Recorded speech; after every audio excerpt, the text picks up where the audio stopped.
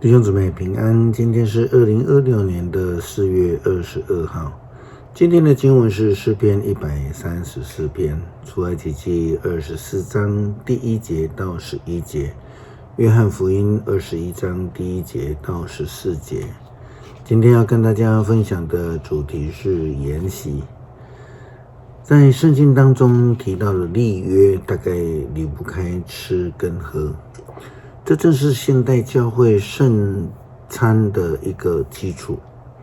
耶稣基督与门徒们最后的晚餐也是如此。耶稣基督赐下新的约，要他们彼此相爱，要爱人如同爱上帝一样。耶稣基督立下典范，为门徒们洗脚，并且要求门徒们必须要彼此洗脚的服事。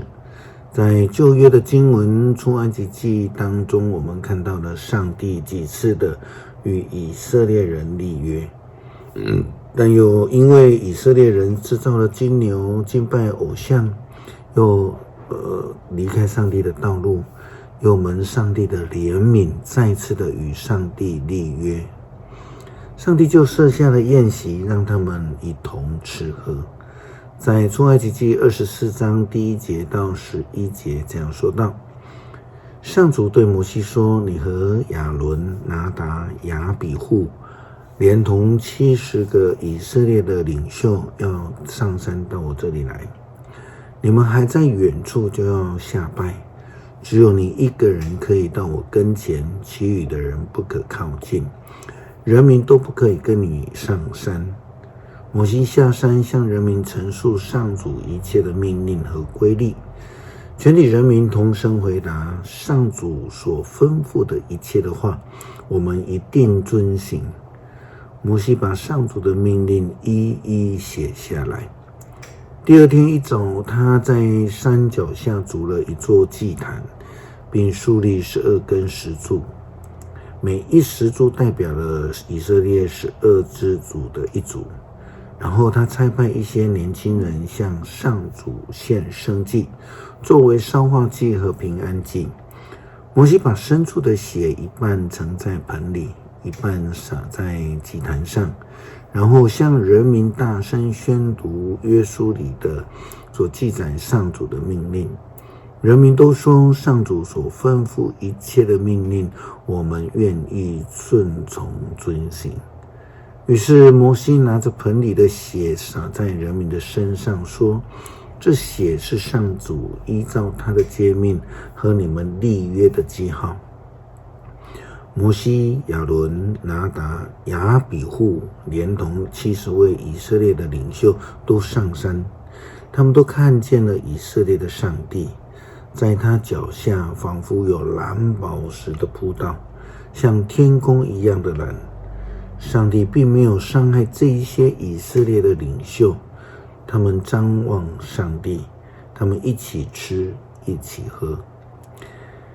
耶稣基督在受难之后，门徒们他开始就失望，作鸟兽散，各自回家避难。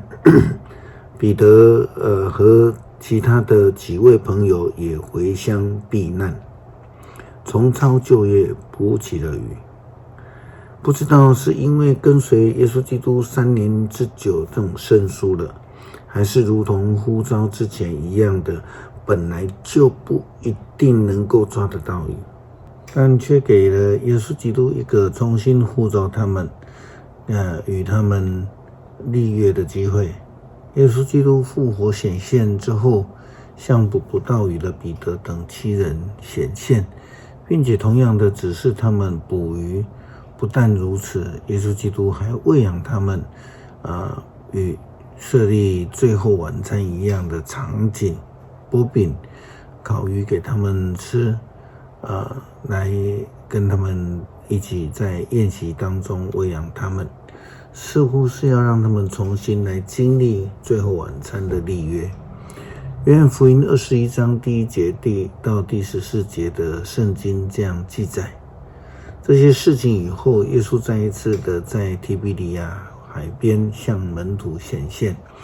这次显现的经过是这样的：当时西门彼得、造号双胞胎的多马、加利利的迦拿人拿但业、西比泰的2个儿子和2个门徒都在一起。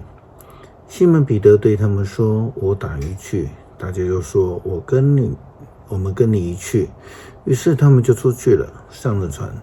可是整夜没有捕到什么。太阳刚出来的时候，耶稣站在水边，门徒却不知道他就是耶稣。耶稣对他们说：“朋友，你们捕到了鱼没有？”他们回答：“没有。”耶稣说：“把撒网向船的右边，那边有鱼。”他们就撒网下去，可是拉不上来，因为网着太多的鱼。耶稣所钟爱的那门徒对彼得说：“是主。”西门彼得一听说是主，就连忙拿着外衣披在身上，因为他那时是赤身露体，跳进水里。其余的门徒摇着小船靠岸，把一整网的鱼拖了上来。当时候他们离岸不远，约有100公尺的距离。他们上了岸，看见一堆炭火，上面有鱼和饼。耶稣对他们说：“把你们刚刚打的鱼拿几条来。”西门彼得到船上去，把网拖到岸上，网里都是大鱼，一共有153条。虽然这么多鱼，网却没有破。耶稣对他们说：“你们来吃早饭吧。”没有一个门徒敢问他：“你是谁？”因为他们都知道他是主。耶稣走过去，拿饼分给他们，也照样把鱼分了。